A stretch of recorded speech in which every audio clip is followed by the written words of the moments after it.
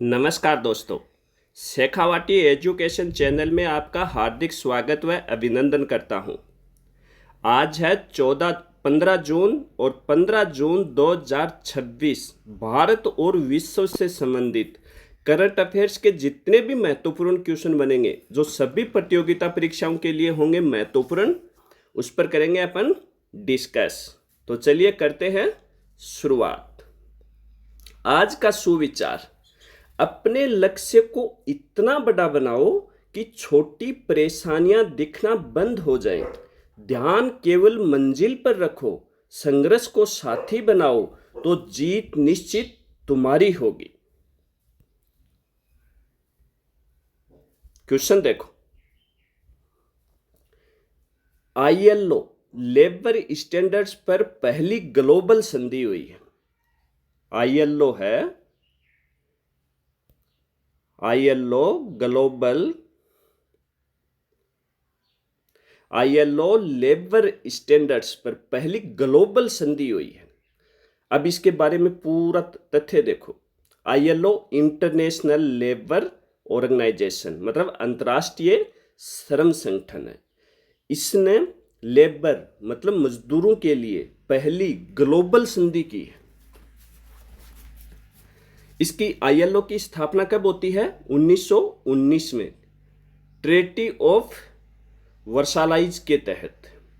इसके भारत है वो इसका संस्थापक सदस्य है। मतलब इसकी जिस समय स्थापना हुई थी उस समय भारत इसका सदस्य था, संस्थापक सदस्य है। वर्तमान में कितने देश सदस्य देश हैं इसके?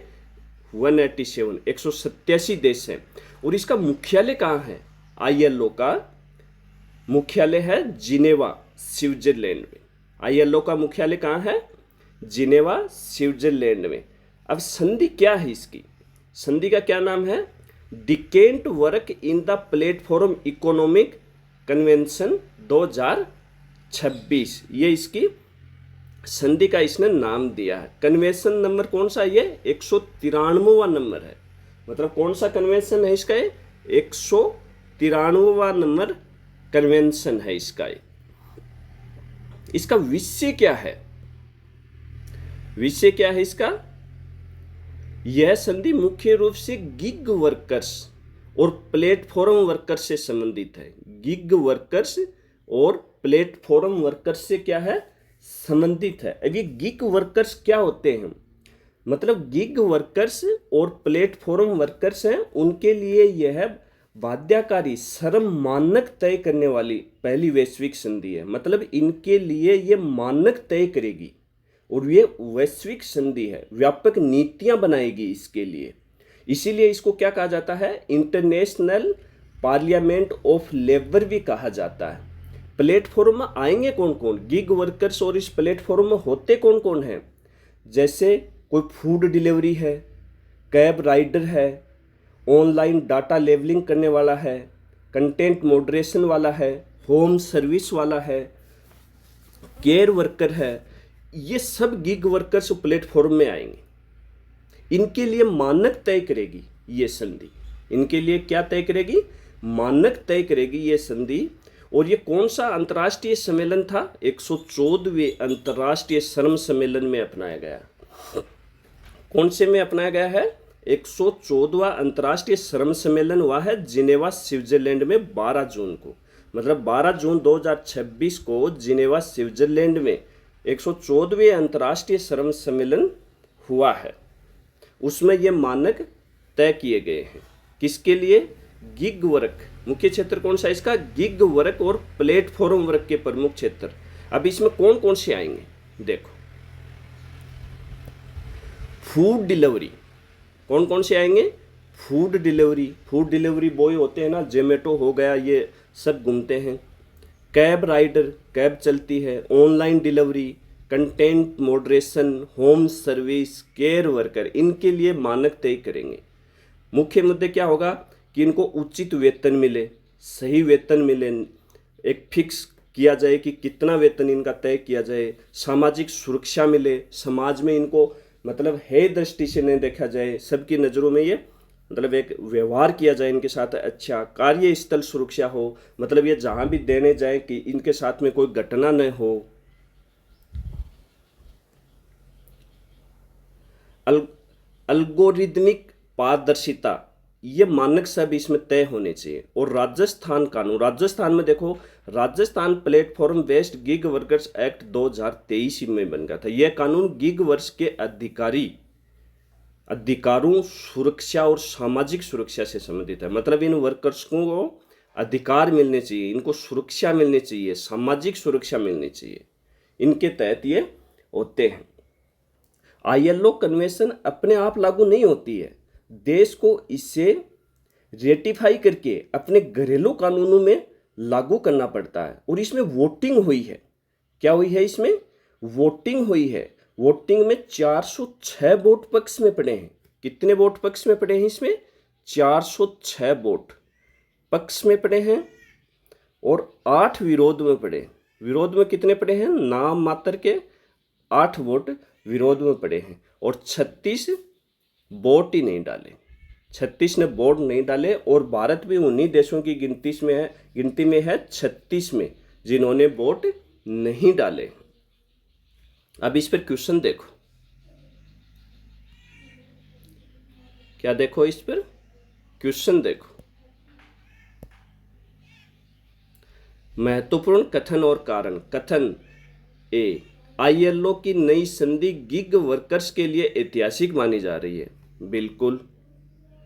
आर, यह पहली बार प्लेटफॉर्म इकोनॉमी कर्मियों के लिए बाध्यकारी श्रम मानक तय करती है। बिल्कुल, ये पहली ही संधि है जो बाध्यकारी श्रम है उनके लिए मानक तय करेगी। तो ए और आर दोनों सही हैं तथा आर ए की सही व्याख्या करता है। इस प्रकार इसमें वोटिंग की गई थी। और भारत में नीति आयोग की रिपोर्ट के अनुसार भारत में गिग वर्कर्स 2020 में कितने थे? 7.7 मिलियन 2020 में थे, जो 2029-30 तक कितने हो जाएंगे? 23.5 मिलियन। मतलब इनकी संख्या बहुत रफ्तार से बढ़ रही है। आईएलओ का मुखिया कौन है? Gilbert F Houngbo. किस देश का है? टोगो देश का है। और ये पहला आईएलओ का मुखिया है जो अफ्रीकी से है। ये महानिदेशक पहला है जो अफ्रीकी से है। और अफ्रीका में किस देश से है? टागो से। किससे है? टागो। मतदान संबंधी तथ्य देखो, पक्ष में कितने वोट पड़े हैं इसके? 406 वोट इसके पक्ष में पड़े हैं। विरोध में कितने पड़े हैं? मात्र 8 वोट। और मतदान में कितने देशों ने भाग ले लिया? 36 वोट नहीं पड़े। इन देशों ने भाग ही नहीं लिया। और भारत भी इसमें शामिल है जिसने इसमें भाग नहीं लिया है। तो इस प्रकार आईएलओ की जो ये संधि हुई है, इसका मेन उद्देश्य क्या है? जो गिग वर्कर्स हैं उनके लिए मानक तय करेगी।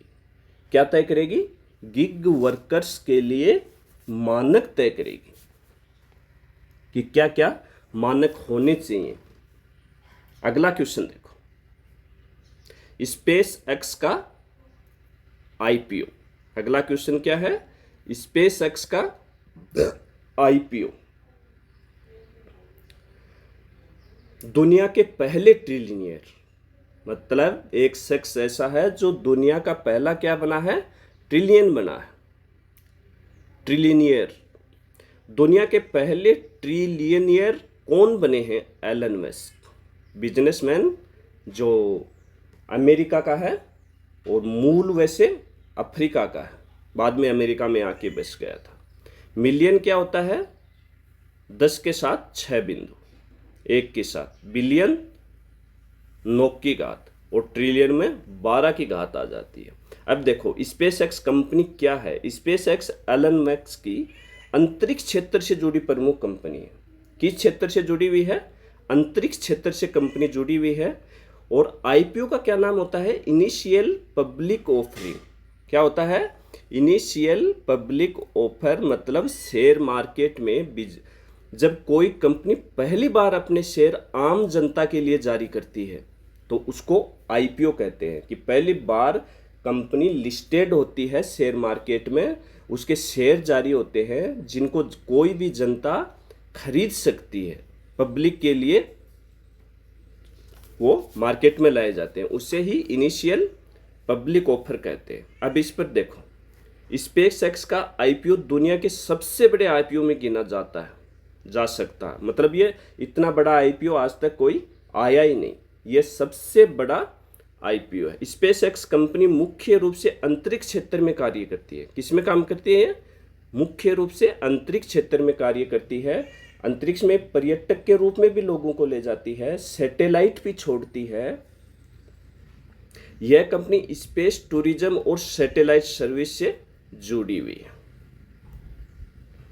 प्रमुख व्यक्ति, सेबी के प्रमुख, अपने देश का जो शेयर मार्केट है उसको कौन सी संस्था चलाती है? सेबी चलाती है। और उस सेबी के प्रमुख कौन है? तुहिन कांत पांडे। उस सेबी के प्रमुख कौन है? तुहिन कांत पांडे हैं। भारत में शेयर मार्केट कहाँ है? बम्बई में।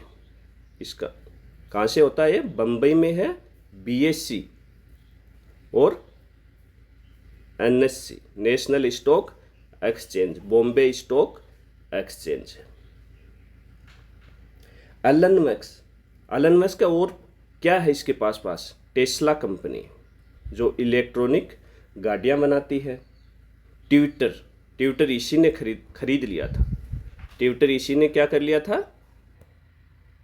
और ट्विटर इसी ने खरीद लिया था, जिसका नाम इसने खरीद कर क्या रखा था? एक्स रख दिया था। पहले उसका नाम क्या था? ट्विटर, चिड़िया वाला। और दूसरी क्या है इसके पास में? कौन सी कंपनी है? स्टारलिंक। दूसरी कंपनी इसके पास कौन सी है? स्टारलिंक है, जो सैटेलाइट के थ्रू नेटवर्क देगी और कई देशों में दे भी रही है। भारत से इसकी बातचीत चल रही है। फिर अपने को भी सैटेलाइट से क्या मिलेगा? नेटवर्क मिलेगा। और इसने क्या किया था? न्यूरोलिंक किया था। एलन मस्क ने न्यूरोलिंक भी किया था। न्यूरोलिंक का क्या किया था? मतलब बंदर के दिमाग में इसने चिप लगा दी थी। ये नए नए प्रयोग करता है। और ये इंसान इस धरती पे ऐसा इंसान है जो अगले 10 साल के अपने लक्ष्य बनाता है, टारगेट बनाता है, और जिनको प्राप्त करने के लिए दिन रात मेहनत करता, जी तोड़ मेहनत करता है। और इसकी मतलब क्या लक्ष्य बनाता है कि ये मेरे 10 साल के टारगेट हैं, लेकिन इसको मेरे को पूरे कितने में करने हैं? 1 साल में पूरे करने। और ये 10 साल के टारगेट को 1 साल में पूरा करता है। इसीलिए अपने से इतना आगे। और अपन क्या सोचते हैं? आज से नहीं, कल से पढ़ना शुरू करेंगे। फिर कल आता तब नहीं, कल से करेंगे। अपना कल कभी आता ही नहीं है। और ये इंसान कैसा है कि 10 साल का टारगेट बनाकर 1 साल में पूरा करता है। इसीलिए इतना आगे है। वर्तमान में इसकी 176 देशों की जीडीपी के बराबर इसके अकेले के पास पैसे हैं। 176 देशों की जीडीपी के बराबर इस अकेले इंसान के पास दौलत है। सोचो अभी। चलो अगला क्वेश्चन देखो। निम्न कथनों पर विचार करें। यह क्वेश्चन बहुत मोस्ट है। निम्न कथनों पर विचार करें। सुदर्शन पटनायक रूस ग्रैंड सैंड मास्टर कप 2026 जीतने वाले पहले भारतीय सैंड आर्टिस्ट, रेत शिल्पकार बने हैं। बिल्कुल बने हैं। यह सम्मान उन्हें जलवायु परिवर्तन और ग्लोबल वार्मिंग विषय पर बनाई गई रेत मूर्ति के लिए मिला है। इसको किस लिए मिला है?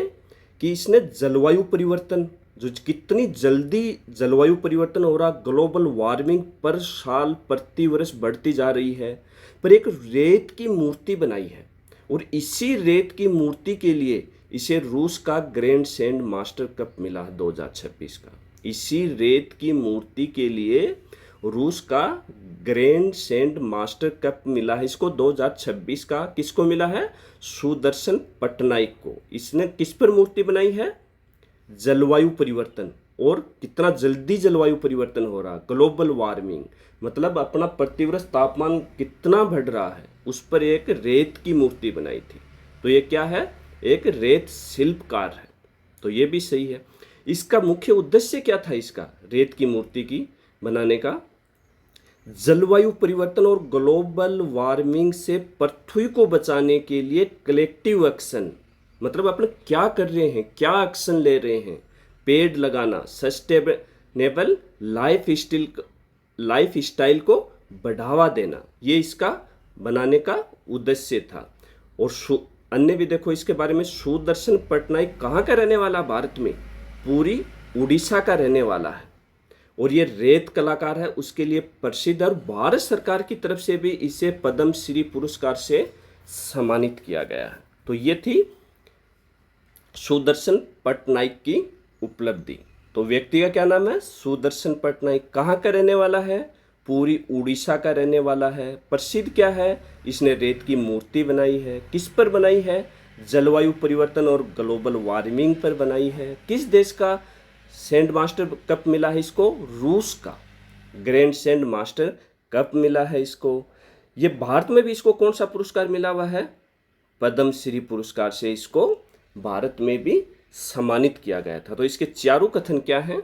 सत्य हैं। तो डी कथन इसका क्या हो गया? सत्य हो गया। 1 2 3 4 डी कथन क्या है? सत्य। सही ऑप्शन डी सही है। इसके बारे में और डिटेल से देखो। सैंड आर्टिस्ट है, रेत की शिल्पकार मूर्तियां वगैरह ये बनाता। कहाँ का रहने वाला है? पूरी उड़ीसा भारत का रहने वाला है। कौन सा सम्मान मिला है? रूस ग्रैंड सैंड मास्टर कप 2026 मिला है। ये आयोजन कहाँ हुआ था? रूस में। तो ये कालिनिन ग्रेड में रीजन है, रूस में एक स्थान का नाम है, वहाँ पर हुआ था। और ये कौन सा क्रम का था? दूसरा अंतर्राष्ट्रीय रेत मूर्तिकला महोत्सव था। कौन से था? दूसरा ही था। और ये भारत के लिए बहुत बड़ी उपलब्धि है, बहुत मोस्ट क्वेश्चन है एग्जाम के लिए। शिल्प कृति की थीम क्या थी? थीम जरूर याद रखना।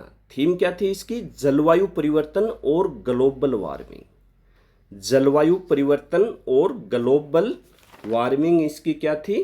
थीम थी। तो इसका मुख्य उद्देश्य क्या होगा कि जलवायु परिवर्तन और ग्लोबल वार्मिंग से पृथ्वी को बचाने के लिए कलेक्शन, एक्शन, ट्री प्लेसन और सस्टेनेबल लाइफ स्टाइल जरूरी है। इसमें क्या दिखाया गया है मूर्ति में कि एक और तो पर्यावरणीय विनाश दिखाया गया है। मूर्ति में एक तरफ तो पर्यावरणीय विनाश दिखाया गया है, मतलब सूखा, जलवायु संकट, और दूसरी तरफ क्या दिखाया गया है? वृक्षारोपण, हरियाली, सस्टेनेबल लाइफ स्टाइल का संदेश दिया है। और आजकल आप देख रहे होंगे कितनी गर्मी पड़ रही है, ग्लोबल वार्मिंग कितना फास्ट बढ़ रहा है। इस साल तो बहुत ज़्यादा गर्मी पड़ रही है। तो ये किस विषय से हो गई? कला संस्कृति से, पर्यावरण से अंतर्राष्ट्रीय पुरस्कार मिला। ये भारत की बहुत बड़ी उपलब्धि है। सुदर्शन पटनायक रूस ग्रैंड सैंड मास्टर कप 2026 जीतने वाले पहले भारतीय रेत शिल्पकार बने। कौन से बने हैं? पहले भारतीय रेत शिल्पकार बने। तो किसका नाम याद रखोगे? सुदर्शन पटनायक को। कौन सा सम्मान मिला है? रूस का ग्रैंड सैंड मास्टर कप मिला है। क्यों मिला है? इसने रेत की मूर्ति बनाई है। उसमें क्या संदेश दिया है? जलवायु परिवर्तन व ग्लोबल वार्मिंग का दिया है। किस स्टेट का रहने वाला है? पूरी उड़ीसा भारत का रहने वाला है। भारत ने भी इसको पहला कौन सा पुरस्कार दे रखा है? पद्म श्री से सम्मानित कर रखा है। और इसकी थीम याद रखना।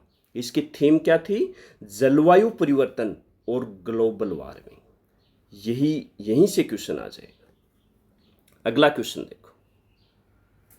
अच्छा, इसका एक पॉइंट और देखो, ये भी मोस्ट है इसका, कि 16वीं जनगणना के सुदर्शन पटनायक ब्रांड एम्बेसडर भी बनाए गए।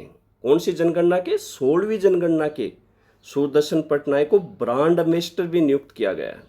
क्या नियुक्त किया गया है? ब्रांड एम्बेसडर भी नियुक्त किया गया है। अब अगला क्वेश्चन देखो। वरीया डिजिटल वीडियो मॉडल लॉन्च, मतलब एआई नेटिव ट्रांसफॉर्मेशन कंपनी अवतार ने 12 जून को कौन सा डिजिटल वीडियो मॉडल लॉन्च किया है? वरीया। किस नाम से किया है? वरीया नाम से किया है। लॉन्च करने वाली कंपनी कौन सी है? अवतार करने वाली है। मॉडल का नाम क्या दिया है?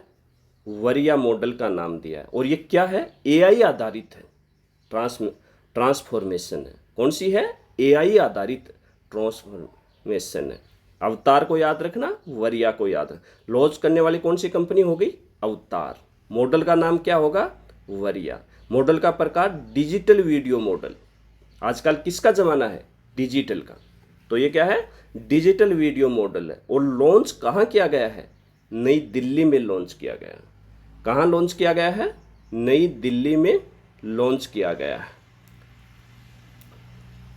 तो ये एक क्या है?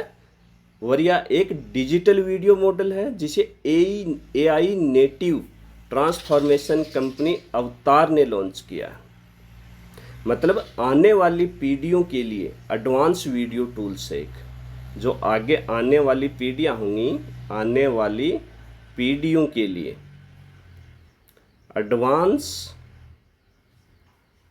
एडवांस एआई टूल है। क्या है? एआई टूल्स है। जो वीडियो बनाई जा रही हैं, इंस्टा पर आप देख रहे होंगे, उनको एडिटिंग करना, कट करना, उसके लिए एक बहुत ही आधुनिक टूल्स बनाया है जो आने वाली पीढ़ियों के लिए होगा। इससे जल्दी बन जाएगा, आसान होगा बनाने में। अगला क्वेश्चन देखो, आईआईटी मद्रास द्वारा 3D एटलस लॉन्च। किसके द्वारा? आईआईटी मद्रास द्वारा। क्वेश्चन देखो, आईआईटी मद्रास ने इंसानी ब्रेन स्टेम का दुनिया का सबसे डिटेल्ड 3D एटलस लॉन्च किया है। इसका नाम क्या रखा है? तो इसका नाम क्या रखा है? एंकर। ऑप्शन ए सही है। क्या नाम रखा है इसका? एंकर नाम रखा है। मतलब एक 3D एटलस लॉन्च किया है। किसने किया है? आईआईटी मद्रास ने लॉन्च किया है। ये क्या काम करेगा? इंसान का ब्रेन स्टेम, अपने इंसान है, इनका ब्रेन पढ़ेगा अंदर से। अंदर से क्या पढ़ेगा? ब्रेन पढ़ेगा। और ब्रेन पढ़ने के बाद में अपने ये पता लगाएगा कि अपने क्या बीमारी है, किस प्रकार से, कितनी, मतलब कौन कौन सी बीमारियां हैं, उनके लिए कौन सा इलाज संभव है, ये पूरी डिटेलमेंट ये देगा। बहुत ही 3D एटलस लॉन्च किया है। तो इसका क्या नाम रखा है? एंकर, जो ब्रेन से संबंधित बीमारियों का पता लगाएगा और उसका इलाज। तो किसने किया है? आईआईटी मद्रास ने। इंसानी ब्रेन स्टेम का सबसे विस्तृत 3D एटलस है, जिसका नाम क्या रखा है? एंकर, जिसका नाम रखा है। अब इसका उपयोग क्या है, उद्देश्य क्या है? ब्रेन संबंधित बीमारियों की पहचान करना, न्यूरोलॉजिकल रिसर्च करना, बीमारी के बेहतर इलाज, पहले उसकी पहचान करना फिर इलाज, मेडिकल स्टडी और रिसर्च में उपयोगी होगा। किसमें उपयोग होगा? मेडिकल लाइन में। और इसका विशेष तथ्य क्या है कि ब्रिक्स की, अब की बार ब्रिक्स से क्वेश्चन जरूर आना है, ब्रिक्स से क्वेश्चन जरूर आना है। तीसरे न्यूरो साइंस सम्मेलन 2026 ये आईआईटी मद्रास में हुआ है। और आईआईटी मद्रास ने क्या लॉन्च किया? इसी में एंकर को लॉन्च किया है।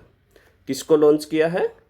एंकर को लॉन्च किया है। ब्रिक्स का तीसरा न्यूरो साइंस सम्मेलन आईआईटी मद्रास में हुआ, उसी में आईआईटी मद्रास ने एंकर को क्या किया है? लॉन्च किया है। अगला क्वेश्चन देखो, ये क्वेश्चन भी मोस्ट है। निम्न कथनों पर विचार करें। एक में देखो, प्रोफेसर अलख एन शर्मा को श्रम सांख्यिकी पर गठित उच्च स्तरीय तकनीकी विशेषज्ञ समिति का अध्यक्ष नियुक्त किया गया है। आदमी का नाम क्या है? प्रोफेसर अलख एन शर्मा। तो प्रोफेसर अलख एन शर्मा को श्रम सांख्यिकी की उच्च स्तरीय तकनीकी विशेषज्ञ समिति गठित की गई है और उसका क्या बनाया है? अध्यक्ष बनाया है। मतलब श्रम सांख्यिकी की उच्च स्तरीय तकनीकी विशेषज्ञ समिति गठित की गई है, उसका अध्यक्ष किसको बनाया गया है? प्रोफेसर अलख एन शर्मा को बनाया गया। 2 में देखो, इस समिति का मुख्य उद्देश्य श्रम बाजार से जुड़े आंकड़ों को मजबूत और विश्वसनीय बनाना। मतलब इसका उद्देश्य क्या है? जो समिति गठित की है उच्च स्तरीय, उसका श्रम बाजार से जुड़े आंकड़ों को मजबूत और विश्वसनीय बनाना। और 3 में देखो, प्रोफेसर अलख एन शर्मा वर्तमान में इंस्टीट्यूट फॉर ह्यूमन डेवलपमेंट नई दिल्ली के डायरेक्टर भी हैं ये वर्तमान में। और इसके अलावा भी इसके पास में क्या पद है? Indian society of labour economy के प्रेसिडेंट भी हैं। कितने महान व्यक्ति हैं। तो ये तीनों कथन इसके क्या हैं? सत्य हैं। सही ऑप्शन ए सत्य होगा। अब इसके बारे में डिटेल से देखो। मतलब बदलते श्रम बाजार और रोजगार बेरोजगारी संकेत को श्रम आंकड़ों की गुणवत्ता को मजबूत रखने के लिए बनाई गई है। और इसमें भी क्या आएंगे, वही गिग वर्कर्स, महिला वर्कर्स आदि इसमें क्या होंगे, शामिल होंगे। तो समिति कौन सी है, श्रम सांख्यिकी उच्च स्तरीय तकनीकी विशेषज्ञ समिति है। अध्यक्ष किसको बनाया है, प्रोफेसर अलखनंद शर्मा को। उद्देश्य क्या है, श्रम बाजार के आंकड़ों को मजबूत करना। संबंधित क्षेत्र किस किस का, श्रम, रोजगार, सांख्यिकी, अर्थव्यवस्था। प्रोफेसर अलखनंद शर्मा ये एक श्रम अर्थशास्त्र है। इनकी नई नियुक्ति प्रोफेसर अलखनंद शर्मा को श्रम सांख्यिकी पर गठित उच्च स्तरीय तकनीकी विशेषज्ञ समिति का अध्यक्ष नियुक्त किया गया है। समिति से संबंधित तथ्य। समिति का विषय क्या है, श्रम सांख्यिकी, और मुख्य उद्देश्य श्रम बाजार से जुड़े आंकड़ों को अधिक मजबूत, विश्वसनीय और उपयोगी बनाना। अन्य पद ये क्या है, ये अपन ने देखे हैं। ये प्रमुख सर्वे क्या होता है इसमें, PLFS Bharat periodic labour force survey, मतलब भारत का प्रमुख रोजगार और बेरोजगारी सर्वे है। ये सर्वे किया जाता है किसके द्वारा, PLFS। मंत्रालय किस मंत्रालय के अंदर आता है, भारत सरकार सांख्यिकी श्रम बाजार के अंतर्गत आता है। रोजगार और बेरोजगारी आंकड़ों से संबंधित है। रोजगार और बेरोजगारी आंकड़ों से संबंधित है। अगला क्वेश्चन देखो, स्पोर्ट्स से संबंधित क्वेश्चन है। न्यूजीलैंड क्रिकेट से संबंधित है कि न्यूजीलैंड देश के किस खिलाड़ी ने अंतर्राष्ट्रीय क्रिकेट से संन्यास ले लिया। तो पूर्व कप्तान केन विलियमसन, जो अपने व्यवहार स्वभाव के लिए पूरे वर्ल्ड में प्रसिद्ध है। इसी की कप्तानी में न्यूजीलैंड ने क्या जीता था, विश्व टेस्ट चैंपियन बना था। न्यूजीलैंड क्या बना था, विश्व टेस्ट चैंपियन। किसकी कप्तानी में बना था, केन विलियमसन। और ये बहुत ही शांत स्वभाव के व्यक्ति हैं। किस देश के हैं, न्यूजीलैंड के। कौन सा खेल खेलते हैं, क्रिकेट। खिलाड़ी का नाम क्या है, केन विलियम्स। और इसने अंतर्राष्ट्रीय क्रिकेट से संन्यास ले लिया है। कितने मैच खेले हैं इसने टोटल, कितने मैच खेले टोटल इसने, 378 मैच खेले थे। और शतक कितने बनाए थे, सेंचुरी कितनी बनाई, शतक 48 शतक बनाए। टोटल रन कितने बनाए इसने, 19,346 रन बनाए थे। अगला क्वेश्चन देखो, अंतर्राष्ट्रीय पवन ऊर्जा दिवस। तो प्रतिवर्ष अंतर्राष्ट्रीय पवन ऊर्जा दिवस कब मनाया जाता है, 15 जून को। यानी कि आज ही अंतर्राष्ट्रीय पवन ऊर्जा दिवस मनाया गया। लेकिन इसकी थीम क्या है, थीम को जरूर याद करना। पवन ऊर्जा महत्वाकांक्षा से आगे की ओर, पवन ऊर्जा महत्वाकांक्षा से आगे की ओर। मतलब अंतर्राष्ट्रीय पवन ऊर्जा दिवस हर वर्ष 15 जून को मनाया जाता है। और इसका उद्देश्य है पवन ऊर्जा के महत्व, स्वच्छ ऊर्जा और नवीकरणीय ऊर्जा के प्रति जागरूक बनाना। तो आज का भारत और विश्व का करंट अफेयर्स यहीं पर समाप्त होता है। कल मिलते हैं नए करंट अफेयर्स के साथ। जय हिंद, जय भारत, जय जय राजस्थान।